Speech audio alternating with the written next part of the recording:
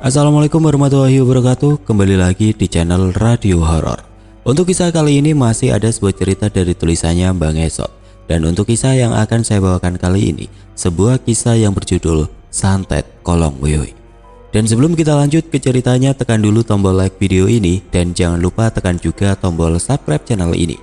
Nyalakan juga lonceng notifikasinya agar tidak ketinggalan cerita-cerita lainnya dari channel ini. Dan buat teman-teman yang pengen membaca langsung ceritanya, nanti silahkan saja kunjungi linknya yang nanti akan saya sertakan di kolom deskripsi. Dan seperti apa untuk kisah kali ini, langsung saja kita masuk ke ceritanya.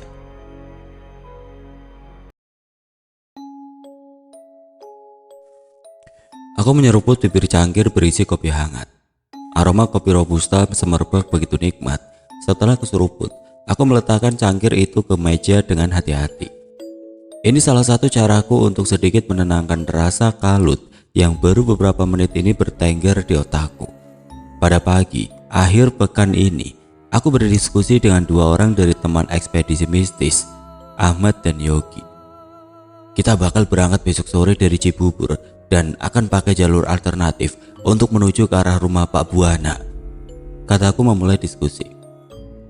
Perjalanan itu diperkirakan kurang lebih akan memakan waktu 3-5 jam. Aku bakal menyiapkan beberapa alat untuk mengusir serangan-serangan jin yang akan kita hadapi nanti. Dan aku menyarankan agar sebaiknya harus menghafal beberapa doa yang kita sudah sering amalkan beberapa tahun terakhir ini. Yogi manggut-manggut sambil menghisap sebatang rokok yang sudah kesekian kalinya. Ia membuang asapnya sembarangan dan bagiku itu sangat menyebalkan. Berarti malam ini kita harus adain pengajian dan zikiran bareng di pondok ya, Mat? Tanya Yogi, disusul dengan anggukan pelan Ahmad. Gila, lebih baik ngaji di rumah saja ya. Minimal kita harus isi dulu power dan defense kita dari doa-doa ini, ujar Ahmad memberi saran. Tapi apa kalian yakin kita sanggup? Timbalku dengan suara yang terdengar parau karena merasa yakin. Memang kita sering melakukan penjelajahan ke lokasi-lokasi yang dianggap angker di masyarakat. Beberapa kali juga kita sering mendapat panggilan untuk melakukan ruqyah, pembersihan diri dari jin, membersihkan rumah atau gedung, yang tentu saja dilakukan juga bersama Ahmad dan Yogi. Pernah juga waktu itu kami melakukan perjalanan ke pedalaman Subang hanya untuk membuang banyak susuk dari wajah seseorang wanita tua. Tidak diragukan lagi, mereka berdua memang jebolan pesantren ternama di tanah Sunda. Tentu saja mereka sudah terbiasa melakukan hal-hal tersebut. Tapi aku tidak memiliki kemampuan seperti yang dimiliki mereka. Bahkan untuk beberapa jenis doa saja aku masih dalam proses penghafalan. Lumayan sulit menghafal beberapa ayat panjang yang lebih dari 10 ayat panjang. Namun mereka sering mengajakku dalam ekspedisinya. Menurut mereka, aku memiliki kemampuan daya sentuh yang kuat dan langka. Seperti merasakan gaung-gaung sisa energi yang tertinggal di masa lalu hanya dengan sekali sentuhan. Kali ini kami memiliki ekspedisi yang belum pernah kami lakukan sebelumnya. Kami akan membersihkan sebuah rumah mantan paranormal yang bernama Pak Buana. Katanya rumah tersebut dihuni oleh jin berbentuk kolong wewe raksasa. Dan katanya juga wewe tersebut berhasil membuat 2 bayi yang baru dilahirkan oleh istri Pak Buana meninggal dalam kondisi membiru. Padahal bayi tersebut baru berumur hanya hitungan minggu. Sebenarnya dokter sudah memberikan beberapa analisa ilmiahnya, namun Pak Buana bersikeras bahwa yang mengganggunya adalah sosok makhluk halus yang berhasil menemukan dan memakan ari-ari bayinya pada suatu malam. Membayangkan saja sudah membuatku bergidik.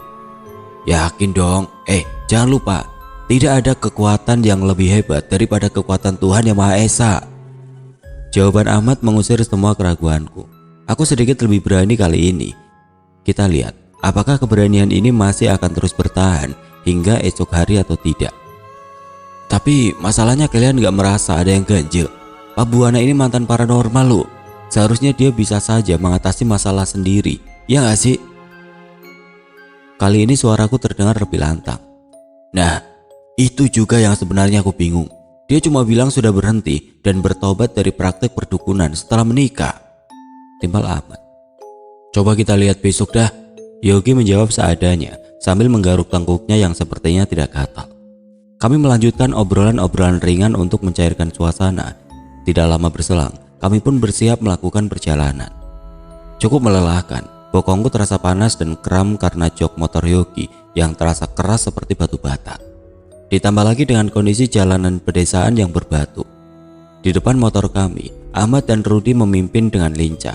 Sepanjang perjalanan kami disambut oleh pemandangan persawahan yang asri, lengkap dengan sungai. Aliran airnya menerpa bebatuan besar. Itu pemandangan yang lumayan menyejukkan mata, namun rasa nyeri di bokongku memang mengganggu. Beberapa kali kami berhenti dan beristirahat.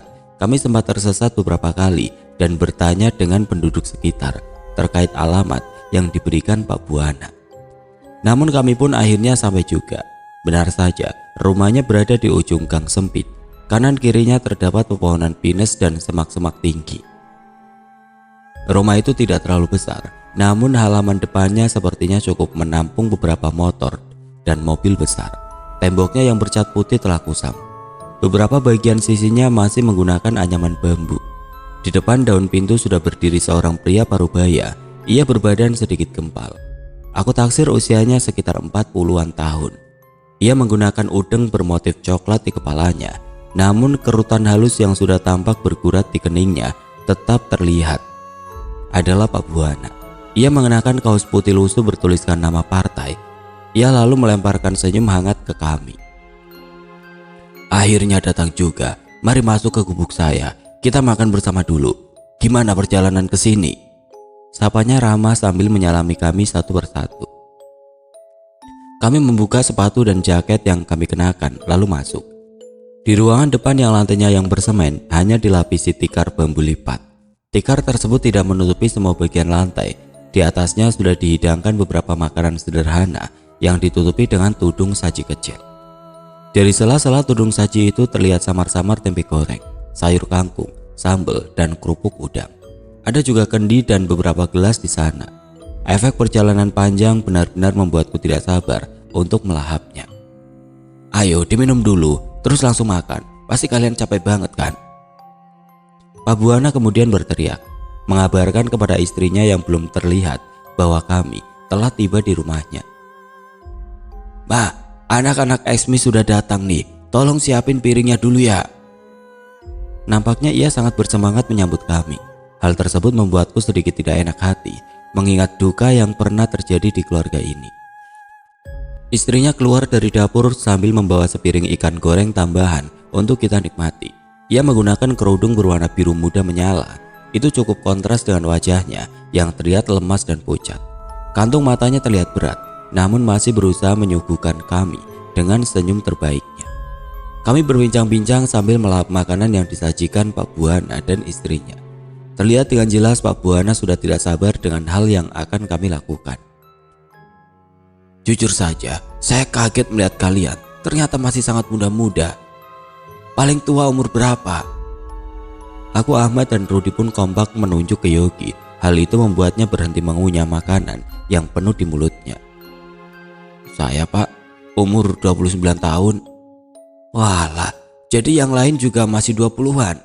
Tanya Pak Buana. Kami pun mengangguk serentak.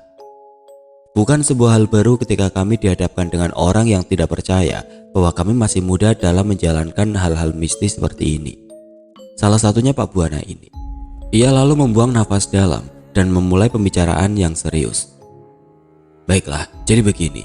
Seperti yang sudah saya jelaskan, saya tidak kuat menampung kekuatan jahat yang menyerang keluarga saya, termasuk istri saya. 2 kali kami kehilangan buah hati kami yang masih merah, ungkap Pak Buana sembari melirik kala istrinya. Yang satunya sudah lahir, bayi perempuan, cantik, dengan wajah mirip mamanya. Namun pada usianya yang baru 2 minggu, lebih 3 hari, Pak Buana menghentikan penjelasannya. Ia berusaha menegarkan dirinya. Aku yang tadinya sibuk mengunyah jadi kehilangan sedikit selera makan. Aku merasakan betul pendar aura kesedihan dari Pak Buana dan istrinya. Dan yang satu lagi hilang secara gaib pada umur kehamilan istri saya yang beranjak ke 8 bulan. Tiba-tiba pagi hari kami dikejutkan dengan perut istri saya yang sudah mengempis. Ketika kami cek ke dokter kandungan, ternyata sudah tidak ada apa-apa lagi di sana. Seperti selama ini memang tidak ada nyawa di dalamnya. Terang Pak Buana yang membuatku terhentak kaget. Begitu pula ketika aku melihat ekspresi Ahmad, Yogi, dan Rudi. "Hamil anggur, Pak?" tanya Rudi agak ragu. Nada bicaranya benar-benar rendah sehingga hampir tidak terdengar. "Kata dokter seperti itu, tapi mereka pun tidak dapat menjelaskan secara detailnya karena umur kandungan yang sudah tua dan hanya menunggu waktu. Pada umur kandungan yang ke-5 bulan, kami sempat melakukan cek USG dan dokter mengatakan bahwa jenis kelaminnya laki-laki." Kali ini sang istri yang bersuara. Ia sedikit terisak namun tetap berusaha terlihat tegar. Ada keheningan yang cukup lama di sini. Yogi membuka suara. "Mohon maaf sebelumnya, sejauh yang saya ketahui, kemungkinan ini ulah jin suruhan untuk mencuri janin dalam rahim ibu. Ada seseorang yang menyuruhnya dan meminta kepada dukun tersebut untuk memiliki anak dengan cara yang sesat. Atau mungkin memang sengaja dikirimkan seseorang untuk mengusik kebahagiaan rumah tangga bapak dan ibu," kata Yogi. "Kalau boleh tahu, saya baca pesan bapak kemarin kalau bapak dulunya mantan dukun ya?" tanya Rudi secara tiba-tiba dengan pertanyaan yang sebenarnya tidak sopan. Namun memang itulah dari tadi yang aku pikirkan. "Iya betul. Dulu sebelum menikah saya sempat berguru dan mempelajari ilmu pengasihan. Saya bukan dukun santet," jawab Pak Buana. Pak Buana juga menjelaskan bahwa pasien-pasien yang ditanganinya hanya sekitaran tentang bagaimana cara memikat lawan jenis, meramaikan toko atau bisnis, dan melancarkan rezeki serta jodoh. Namun setelah ia bertemu dengan perempuan yang kini jadi istrinya, langsung bertobat dan berjanji tidak lagi membuka praktek. Selama Pak Buana menjelaskan kisahnya, mata justru tertuju ke ruang belakang. Ruang tersebut diterangi oleh lampu yang sedikit temaram. Tidak terlihat yang aneh di sana, namun entah kenapa seperti ada energi jahat yang kuat di sana hingga menarik pandanganku. "Lalu bisa jelaskan yang ari-ari bayinya, Pak?" Ahmad bertanya seraya menaruh piring dengan sangat hati-hati di ujung tembok. Ia tetap memperhatikan Pak Buana tanpa memalingkan pandangannya. "Saya memang tidak melihat makhluk itu secara langsung dengan mata kepala, namun ia masuk ke dalam mimpi saya selama 2 hari. Selang beberapa hari kami kehilangan bayi mungil." Pak Buana mengaku tidak melihat sosoknya dengan jelas, namun ia menjelaskan bahwa wajah sosok tersebut ditutupi rambut kusut seperti semak belukar. Ia memiliki dada yang panjang, besar, hingga menjuntai hampir menyentuh kaki. Saat itu Pak Buana sedang berbaring. Ia merasa seperti tidak bisa menggerakkan tubuh sama sekali. Sosok itu melayang di langit-langit atap dan memperhatikannya selama beberapa menit. Sosok itu kemudian bergerak keluar pintu depan. Ia melayang mengitari di atas ari-ari bayi yang dikubur dan diberi sedikit pencahayaan kecil. Sampai akhirnya Pak Buana pun terbangun. Rudi tampak menggeser tubuhnya ke Yogi.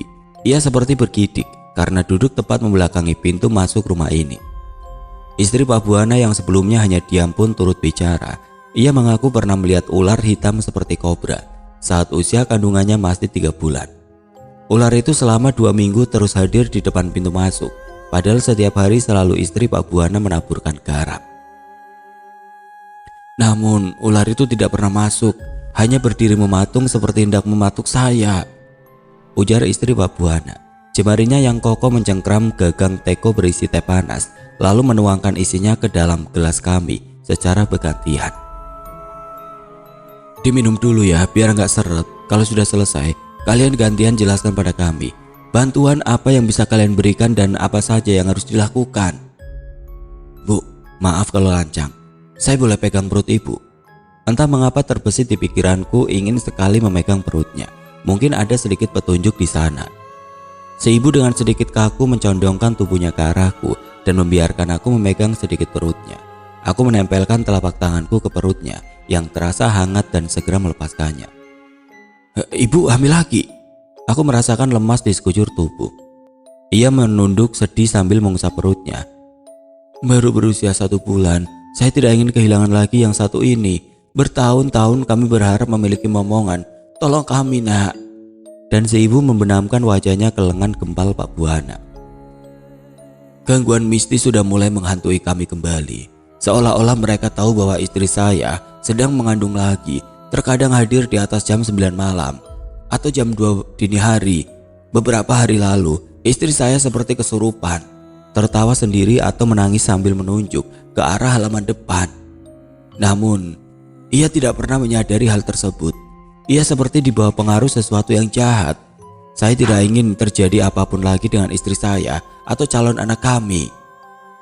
Pak Buana yang tadinya terlihat tegar dengan senyum yang selalu tersungging di wajahnya, terlihat lunglai dengan mata yang berkaca-kaca. Menahan air mata yang sebentar lagi jatuh ke pipinya, aku tidak bisa membendung aura kesedihan yang ada di ruangan ini.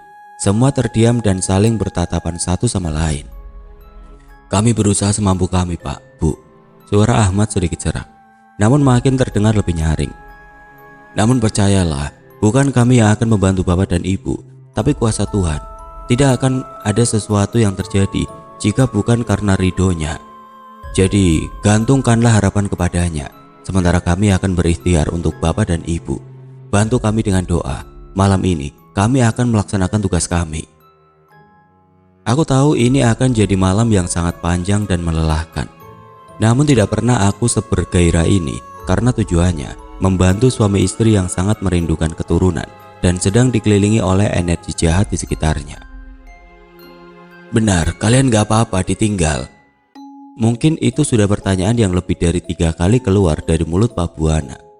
Gak apa-apa, Pak, santai saja. Insya Allah besok saat Pak Buana dan Ibu sudah di rumah, semua sudah aman ya. Ahmad membalas dengan senyumnya, berusaha terlihat tenang. Ya sudah kalau begitu, saya pamit ya. Assalamualaikum. Pak Buana pun melenggang keluar pintu dan menaiki motornya yang sudah terlihat teringkih ketika suami istri itu menaikinya.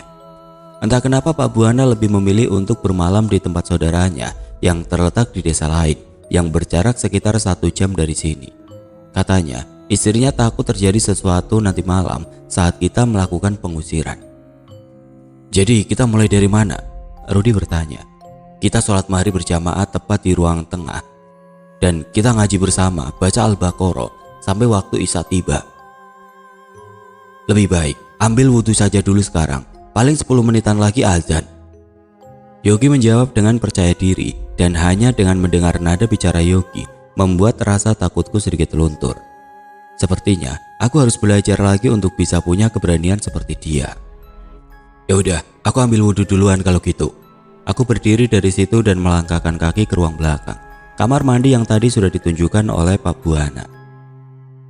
Rumah ini sebenarnya lumayan luas untuk keluarga kecil yang hanya tinggal berdua saja. Namun beberapa benda yang diletakkan sembarangan membuat rumah ini terlihat sempit dan lumayan sesak. Aku melewati sebuah ruangan seperti gudang kecil dengan kalender tua yang tertempel di pintunya yang tertutup dan ada gembok kecil yang berkarat di sana, yang menandakan ruangan itu tidak boleh dimasuki. Namun entah kenapa aku merasa ada sesuatu di dalam sana yang membuatku harus masuk ke sana. Memang dasar rasa keingintahuanku yang tinggi tidak dapat terbendung. Aku memegang knop pintunya dan mencoba merasakan sesuatu. Tidak terasa apapun selain rasa dingin yang kini menjalar hingga pergelangan tanganku. Aku segera melepas tanganku dari sana dan makin merasakan keanehan yang aku tidak tahu apa itu. Aku menoleh ke arah kiri, ke tempat di mana Ahmad, Yogi, dan Rudi sedang berbincang pelan. Memastikan mereka tidak akan melihat apa yang aku akan lakukan selanjutnya. Aku menarik nafasku panjang, membuangnya, kemudian menempelkan telingaku secara perlahan ke daun pintunya yang berwarna krem dan noda-noda hitam di sekujurnya. Tidak ada yang terdengar. Baiklah, sepertinya aku harus lebih berkonsentrasi. Aku memejamkan mataku dan membiarkan intuisiku bermain selama sekitar beberapa menit. Aku menyerah, tidak ada apapun di sana. Mungkin hanya perasaanku saja yang berlebihan akibat rasa gugup untuk menghadapi masalah ini. Aku menarik badanku dan kembali melanjutkan langkahku ke pintu kamar mandi ketika kemudian ada suara hembusan nafas perempuan terdengar lirih hingga membuat bulu kuduku berdiri.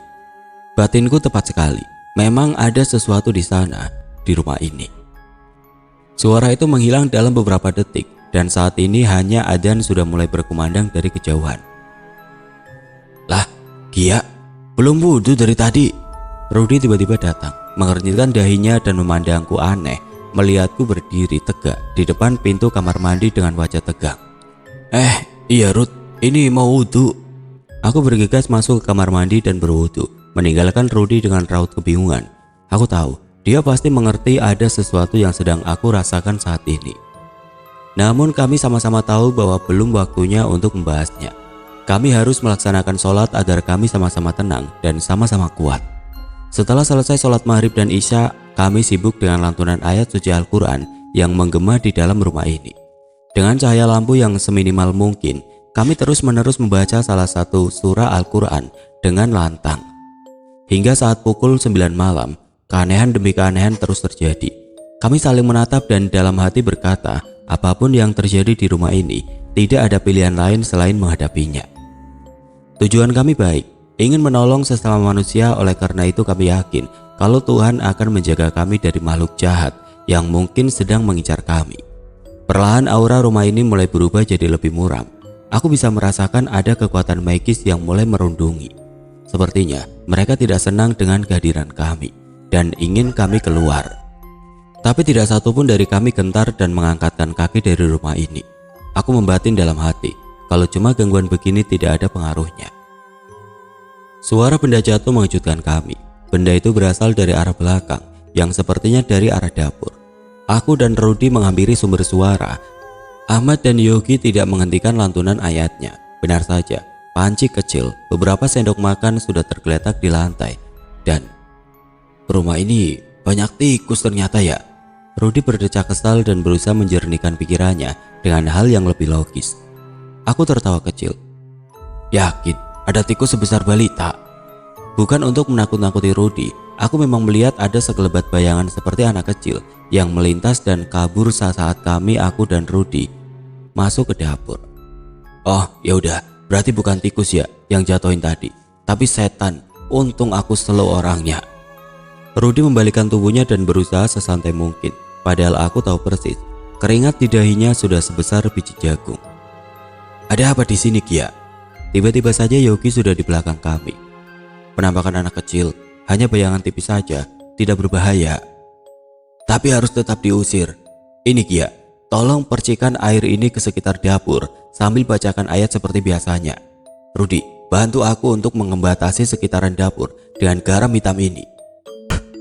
Yogi memberikan air putih dengan mulut botol semprot berukuran sedang dan aku menjalankan sesuai instruksinya. Kami semua bekerja sama dengan sangat baik. Di sini kami meminimalisir gangguan-gangguan gaib yang hadir sekecil apapun itu. Di ruangan tengah, suara lantang Ahmad yang sedang mengaji dapat menenangkan kami semua. Semakin malam, makhluk apapun akan banyak hadir di sini untuk mengganggu prosesnya. Dan kalau kita beruntung, wewe gombel yang dimaksud oleh Pak Buana juga akan menampakkan dirinya. Persiapkan dirinya, terutama Gia. Kalau lelah atau merasa pusing, tolong kasih tahu aku. Yogi menjelaskan dengan telapak tangan yang menghitam karena garam-garam yang katanya garam itu didapatkan dari guru besar Ahmad dan Yogi di pesantren, berfungsi untuk mengusir energi jahat. Yok, aku lapar, masak mie dulu gimana?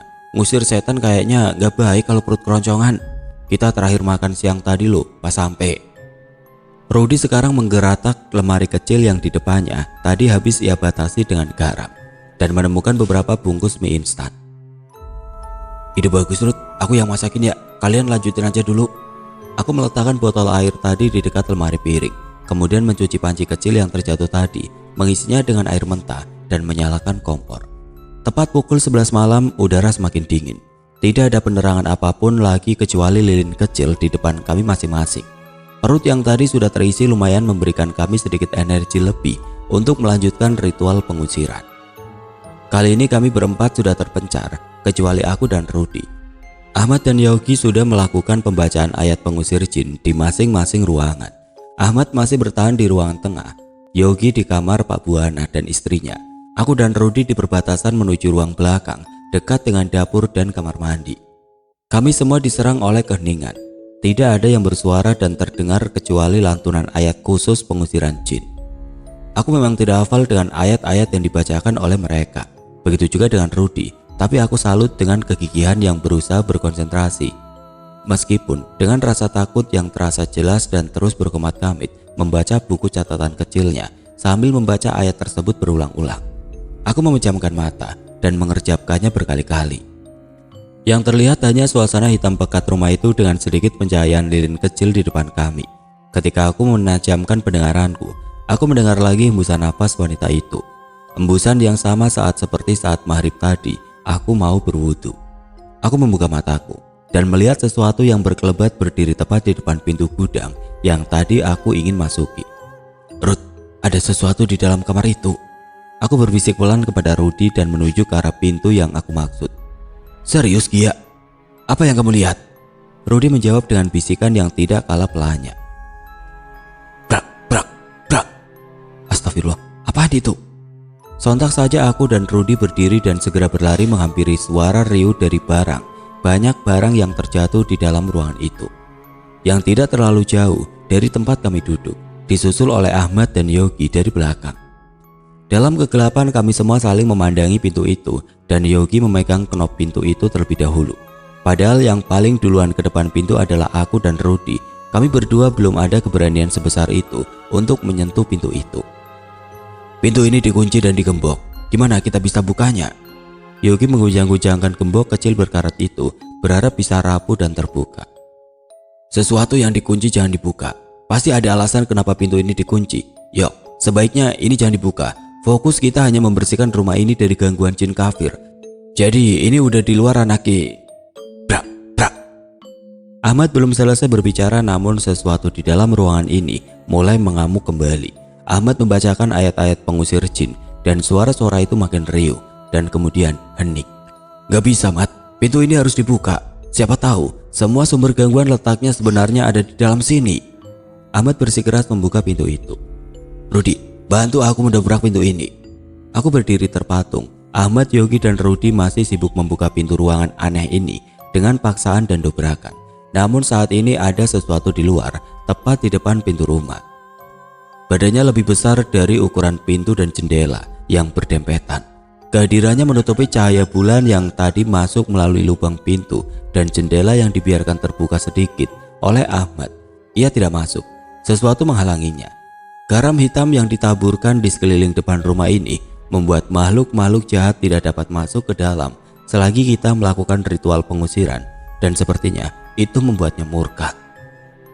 Terlihat mata merahnya yang besar, rambut yang panjang dan berantakan seperti sapu ijuk yang sudah lama tidak terpakai. Makhluk itu menggunakan kain transparan seperti kelambu tidur yang membiarkan dada panjangnya menjuntai hingga ke kakinya yang tidak menapak ke tanah. Dadanya dipenuhi dengan cairan kental berwarna merah tua seperti darah. Mengalir dari sela-sela bibirnya, ia menyeringai menyadari kehadirannya disadari oleh mataku. Menyambut dengan gigi geliginya yang tajam. Taring besar di kanan dan kirinya berhasil membuat kakiku lemas dan jatuh terduduk. "Gia, kenapa?" Rudy menopakku. Aku tidak menjawab apapun, namun menunjuk ke arah makhluk menyeramkan yang masih berdiri di sana. Ahmad dan Yogi menghentikan pendobrakan pintu mereka. Mereka menghampiri arah makhluk tersebut, menyerangnya dengan ayat-ayat, melemparkan garam hitam dan melakukan beberapa gerakan tenaga dalam yang mereka kuasai selama ini. Makhluk itu seperti terbakar. Aku bisa melihat kepulan asap bayangan makhluk jelek tersebut saat ia bergeliat-geliat diserang oleh Ahmad dan Yogi dan kemudian menghilang. Aku masih terduduk lemas. Rudy dengan sigap memberikan segelas air putih untukku dan meneguknya dengan pelan. "Aku gak bisa lihat makhluknya dengan jelas, Ki. Tapi tadi aku benar-benar merasakan ada sesuatu di sana." Ahmad menghampiriku sambil menyalakan lampu tengah. Kali ini suasananya lebih terang, namun tidak lebih baik.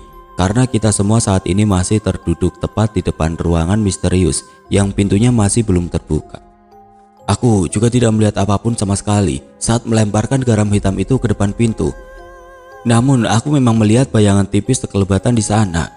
Aku langsung refleks saja ke depan pas Gia menunjuk arah pintu. "Emang apa, Gi, yang kamu lihat?" Kali ini Yogi menatap ke arahku dengan seksama. Aku tidak langsung menjawab. Ada hening beberapa saat sampai pada akhirnya Rudy membuka suara. "Mungkin Gia belum sanggup ngomong, Ruth. Bukan aku gak sopan memutus obrolan kalian, tapi ini sepertinya penting. Aku menemukan ini di dekat galon air minum." Rudy menunjukkan botol kaca kecil yang berisi sesuatu yang mengkristal bening putih, seperti cairan yang mengeras. "Manik gajah, benda pengasihan. Ngapain ada barang begitu di sini? Sini, biar aku yang nyimpan." Yogi mengambil botol kecil itu dari tangan Rudy dan mengantunginya ke dalam kantung celananya. "Apa kolong wewe itu gak akan hadir lagi ke sini?" Aku membuka suara. "Atas izin Allah, gak akan dia balik lagi ke sini. Dia menyeramkan banget. Apa mungkin makhluk seperti itu bisa membunuh manusia kecil yang gak berdosa?" Aku tidak bisa menahan air mata. Aku terlalu lemah untuk membayangkan hal-hal jahat yang terjadi di keluarga Pak Buana hanya karena kehadiran makhluk astral. Gak akan bisa kalau gak ada yang nyuruh. Jin gak akan bisa membunuh manusia jika mereka tidak punya perjanjian dengan manusia. Makanya ada hal yang namanya sihir, teluh, atau santet. Semua itu bisa terjadi karena adanya perjanjian antara manusia dan iblis. Tapi rumah ini insya Allah sudah ternetralisir dan dipagari. Ahmad, Yogi, dan Rudi berusaha menenangkanku. Gini aja, ini udah jam 2:30 malam. Untuk masalah kamar terkunci itu kita minta Pak Buana saja sendiri yang membukanya. Yang penting, kita sudah menyelesaikan tugas kita malam ini. Aku, Ahmad, dan Rudi sepertinya akan lanjut mengaji sampai adzan subuh untuk memastikan rumah ini benar-benar sudah bersih dari energi jahat. Gia, kamu tidur dulu saja ya di ruang tengah. Ambil bantal dan selimut di kamar Pak Buana. Aku mengangguk pelan menuruti perkataan Yogi dan berusaha berdiri mengangkat kaki. Aura di rumah ini sudah lumayan berbeda dari yang sebelumnya, meskipun masih terasa ada yang mengganjal. Ini ruangan tempat saya menaruh koleksi barang-barang antik. Beberapa cindera mata yang saya dapatkan dari berbagai daerah, dan beberapanya lagi kenang-kenangan dari guru saya dulu. Pak Buana membuka pintu kamar yang sedari malam kami paksa untuk buka dengan mudah. Ruangan itu sempit, mungkin hanya cukup 2 orang dewasa yang masuk ke sana. Dindingnya ditempeli berbagai lukisan menyeramkan. Lukisan perempuan tua menggunakan konde dengan tatapan yang menggangguku. Beberapa hiasan aneh dengan tulisan Arab gundul dan keris-keris menggantung di setiap sudutnya. Ruangan itu rapi sekali dengan semua barang yang tertata sedemikian rupa dan wangi bunganya yang semerbak, seperti tidak ada yang terjadi dan terjatuh di sana tadi malam. Sebaiknya barang-barang ini kami buang, Pak. Pak Buana terbelalak kaget mendengar ucapan Yogi. Ia kemudian tersenyum simpul. Tidak mungkin, Nak. Barang-barang ini berharga dan tidak bernilai, kata Pak Buana. Rudi pun memberikan sanggahan. Lebih berharga barang ini atau keselamatan jiwa istri dan calon anak Bapak. Bapak tahu nggak? Pas kita semalam mengaji, ruangan ini seolah ngamuk-ngamuk dan semua barang dilempar-lempar. Bisa bayangin nggak betapa berbahayanya benda-benda ini? Kata Rudi dengan tegas. Ia terlihat sedikit emosi di sana. Senyum dari wajah Pak Buana menghilang. Jadi barang-barang ini masih sering Pak Buana mandikan dan minyaki? Tanya Yogi sambil memegang keris panjang dengan sarung kayu aneh berbentuk kepala ular. Tidak juga, hanya kalau malam 1 suro saja, jawab Pak Buana yang terlihat ragu. Baik, kalau Bapak tidak berniat untuk membuang barang-barang ini, kami hanya menyarankan saja, lebih baik dibuang. Karena ini sama saja Bapak mengundang makhluk-makhluk jahat mudah masuk lagi ke dalam rumah dan keluarga Bapak. Apalagi Bapak minyaki dan kasih kopi, rokok. Ibarat kata, Bapak memberi makan dan ruang yang nyaman untuk mereka. Bagaimana mereka mau pergi kalau dipelihara dengan baik? Kali ini Ahmad berhasil membuat Pak Buana sedikit berpikir dan terdiam selama beberapa menit. Dan ini benda yang kami temukan di dapur. Benda ini jangan sampai diletakkan sembarang tempat. Benda pengasihan ini juga lebih baik. Jangan dipakai lagi lalu dibuang. Tutur Yogi mengeluarkan sesuatu dari kantung celana jeansnya lalu memberikan kepada Pak Buana. Kami sudah berhasil melakukan ritual pengusiran malam ini. Seperti yang tadi saya katakan, insya Allah makhluk-makhluk jahat tertahan di luar halaman. Asal ibu dan bapak rajin membaca penggalan beberapa ayat Al-Quran yang tadi sudah saya tulis di kertas. Diamalkan setiap habis sholat. Pasti aman. Semua ini karena izin Allah. Dan ialah sebaik-baiknya pelindung. Jadi saran saya jangan lelah ya Bu, untuk terus berdoa dan meminta kepada Allah. Jelas Ahmad memberikan penjelasan. Kami semua akan pulang pagi hari. Kami berkumpul di halaman depan bersama Pak Buana dan istrinya. Kami semua bersalam-salaman. Pak Buana dan istrinya tidak berhenti mengucapkan terima kasih atas bantuan kami dan berkali-kali meminta maaf tidak bisa membayar jasa kami. Selain itu kami juga memang tidak pernah mematok biaya atau harga untuk membantu orang-orang dengan gangguan mistis. Sebelum kalian pulang, bisa kasih tahu saya kemana saya harus membuang benda-benda klinik koleksi saya? Pertanyaan Pak Buana membuat senyum kami mereka. Meskipun kami masih jauh lebih muda dari Pak Buana, tapi ia akhirnya bisa dengan bijak mendengarkan saran kami. Alhamdulillah, gampang Pak. Bisa dibuang di sungai dengan baca beberapa ayat pendek sambil melemparkannya ke sungai yang airnya mengalir deras. Yogi bersemangat menjawab. Mau kita temani untuk bersih-bersih benda, Pak? Pak Buana mengangguk dan menyambut dengan bergegas. Mengambil beberapa bungkus karung, Ahmad, Yogi dan Rudi masuk kembali ke dalam rumah. Mereka sibuk membantu memasukkan benda-benda tersebut ke dalam karung. Akhirnya, selama ini saya susah sekali membujuk si bapak buang barang-barang itu. Terima kasih ya, Nak. Istri Pak Buana menggenggam erat tanganku.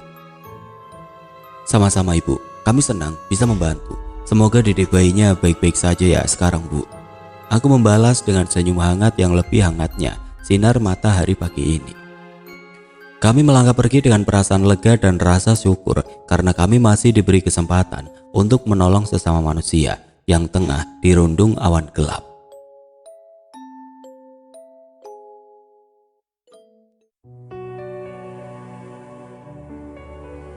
Oke teman-teman, sekian untuk kisah kali ini. Bagaimana menurut kalian tentang kisah ini? Tulis komentar kalian di kolom komentar.